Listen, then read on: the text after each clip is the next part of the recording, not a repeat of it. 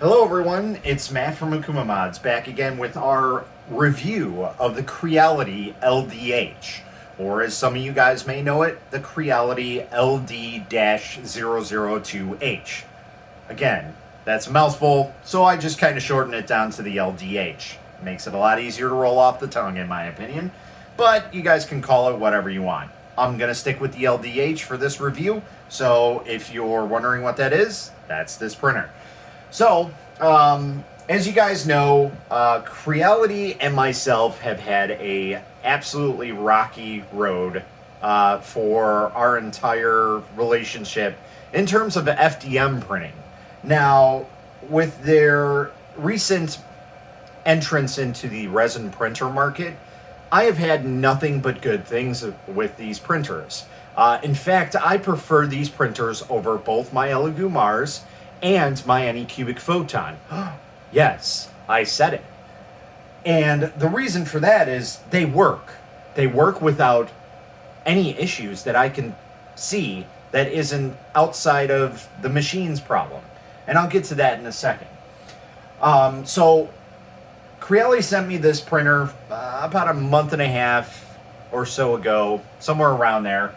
We did a live unboxing of it, and it's pretty straightforward. It's the exact same thing as a Creality LDR, the LD-002R. The only difference is obviously you see there's a different color hood. There is a 6.08 LCD monochrome screen, so that's a big difference. And the build plate is much larger. Well, not much, but it's larger than the LDR is. So those are really the main points that are different about that. There are some vat stoppers in the back, which in my opinion isn't really needed, but they did machine the top of this a little differently with this screen compared to the LDR. The LDR kind of like has a set in place that, has the vat kind of not move around. This one still has that similar design, but it's not as recessed. So that's why they added in the little stoppers in the back. So kudos for that, because, with the Ld-002hs, I had to print a little vat stopper because I kept on pushing it all the way in the back. Some key points just to go over. Obviously, it's got a monochrome LCD, bigger build. I can talk today. Bigger build volume.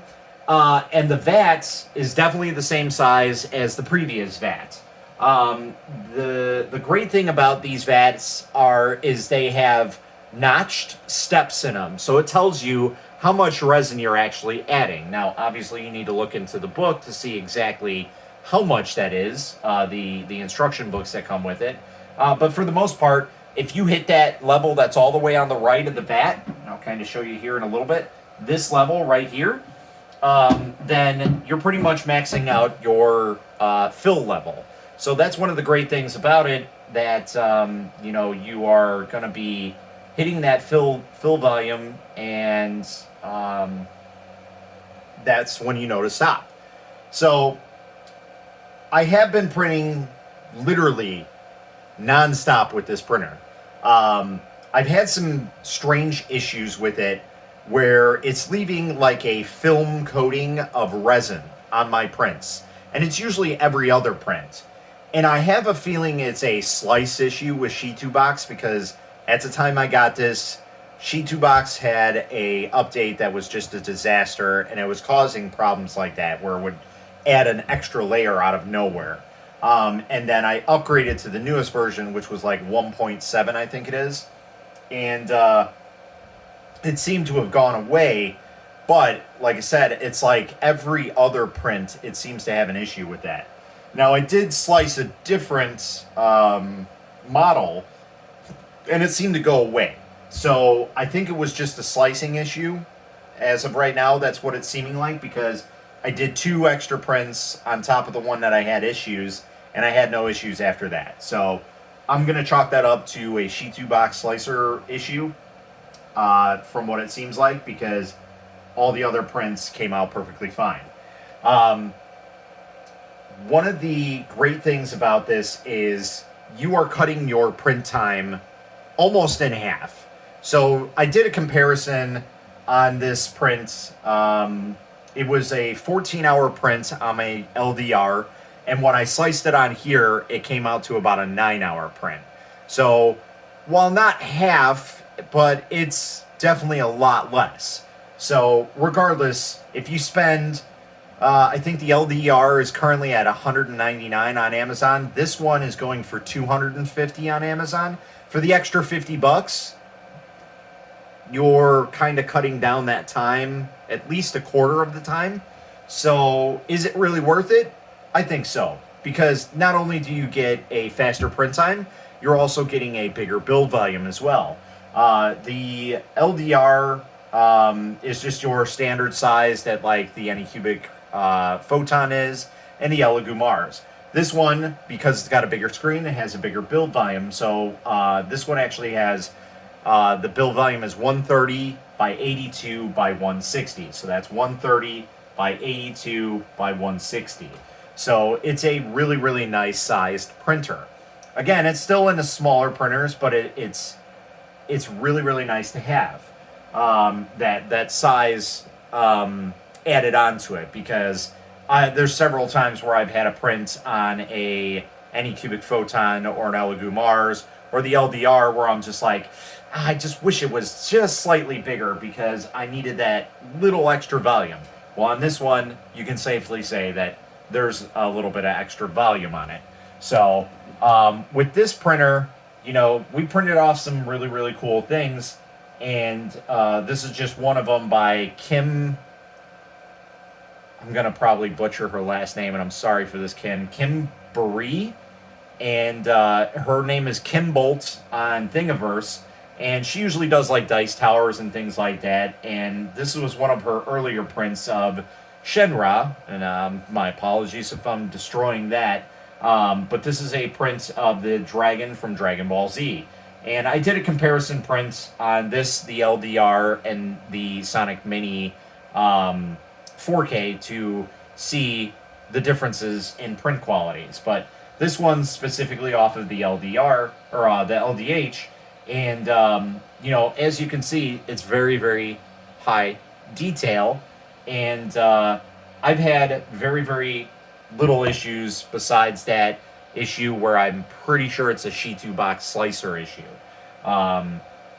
because I have yet to have that issue ever again. This print was after that, and then, like I said, I had two other prints right after the weird print that I was having issues with, and it had no problems. We've been pretty much printing specifically eSun white bio resin. We've had an order. I printed 23 statues off of this printer, as well as their bases. So 23 and 23, that's 46 prints I've had on it, pretty much back to back to back to back. And each print was about, I want to say 9.5 hours, because they pretty much took the entire build volume of the printer. So, yeah, we went through a lot of resin on this printer so far, and, you know, this has probably been the most used printer that I've had in terms of a single order, because that was just one order that I had. But yeah, I can really say nothing but good things so far with this printer. I've had no issues except for that one that I said I think is a slicer issue, and you know, it's been fantastic ever since then. So I highly suggest this printer. I will put some affiliate links down below on Amazon to purchase this and the eSun Bio white resin that we were using. I'll also add in, this is 3D Hero resin that is made by 3D Resin Solutions. So I'll put a link for that as well. So if you guys want to, you know, get some of that stuff, that's specifically made for miniatures. So that's really, really nice resin. That's kind of like a higher end resin, and it is made here in the good old US of A. So, yeah, there's really not much I can say about this compared to, you know, most of the printers out there. It's been a printing beast so far. I really don't like to say, a printer's great without having some sort of a downfall, but I haven't had any issues that I can see so far with this printer. Now, I might do a follow-up review, and I might do that with most of these printers because I feel it's best to have a follow-up review maybe 6 months down the line and just kind of let you guys know what's going on with these printers. Have they been printing the same? Is there issues present at that point in time? What have I done? Have I done any maintenance? Things like that. Because a lot of people don't think about maintenance when you're dealing with printers. But these are pretty straightforward. Really, you only need to lubricate the Z-axis and check your FET film and your LCD. That's pretty much it. Now, one of the topics I'm sure somebody will ask me about is, does it have some sort of protector on the screen? Because I constantly see people scratching their monochrome screens. And as far as I can tell, it does. So I'll take this off and I'll take the VAT off just so you guys can see it. I haven't cleaned this up because I have to prep it for another print, so sue me. But yeah, it's got a normal LCD screen like you would see on your phone, which is what I'm shooting with. So it looks just like the Creality LDR screen, just obviously bigger. So it's very, very nice put in there. There's no, tape around it. It doesn't look like it's just kind of shoddy. They actually did a little bit of work on it, which I am amazed and just surprised coming from Creality, because Creality is like, we're going to build a printer that's super duper cheap and put it out there and people are going to be fine with it. That seems to be like Elegoo's thing with resin printers, and for some reason, Creality just kind of steps up their game a little bit better in terms of, how it looks. So it's a really, really nice LCD screen, if it was clean. And that's another thing that people might worry about is, how often do I have to clean this? Well, I clean it off after I'm done doing my prints. Like I have one more print. I'm waiting on some resin to come in. I have one more print to do on this. We'll clean it up and then we'll put it on for some other prints and go on from there. So pretty much whenever I change colors is when I decide to clean up the printer. But for the most part, it's just kind of cleaned up, ready to go for a next print. I don't usually keep these too clean because as long as the Z-axis is clean and the FET film has no dried on resin, we're ready to rock and roll 100 times. I will leave this like this for its entire lifetime if need be. But anyway, one of the other things that I will point out that I know is a hot topic for a lot of people is resin fumes. Now, I work with resin printers all the time. I have about 15 of them, so resin fumes are a big, big deal. Now, recently there's been a lot of different resins out there that have low odors, which is one of the reasons why I use Esun Bio resin. It's a very, very low odor, and it's just a nice all-around resin. It's probably one of the best Chinese resins I will use. You'll probably hear me say that in all of my videos. I'm not trying to promote Esun, but it seems like that is how it is. I've yet to find a competitor that comes close to how the Esun prints super easy and just nicely without any issues, and has a low odor on it. So, with that being said, going back to the odor issue, there is an active fan that has a charcoal system in the back here, and it's not super loud, so it's really, really quiet. That's one of the great things also about this printer. I believe it has a 2208 driver on it. Now, for those who have no idea what that is, 2208 and 2209 are what I want to say the economy, but the 3D printing community, there we go, considers silent drivers. So if you're looking for a silent type printer, this is another go-to. So it has a lot of check marks that just give it a big thumbs up for me.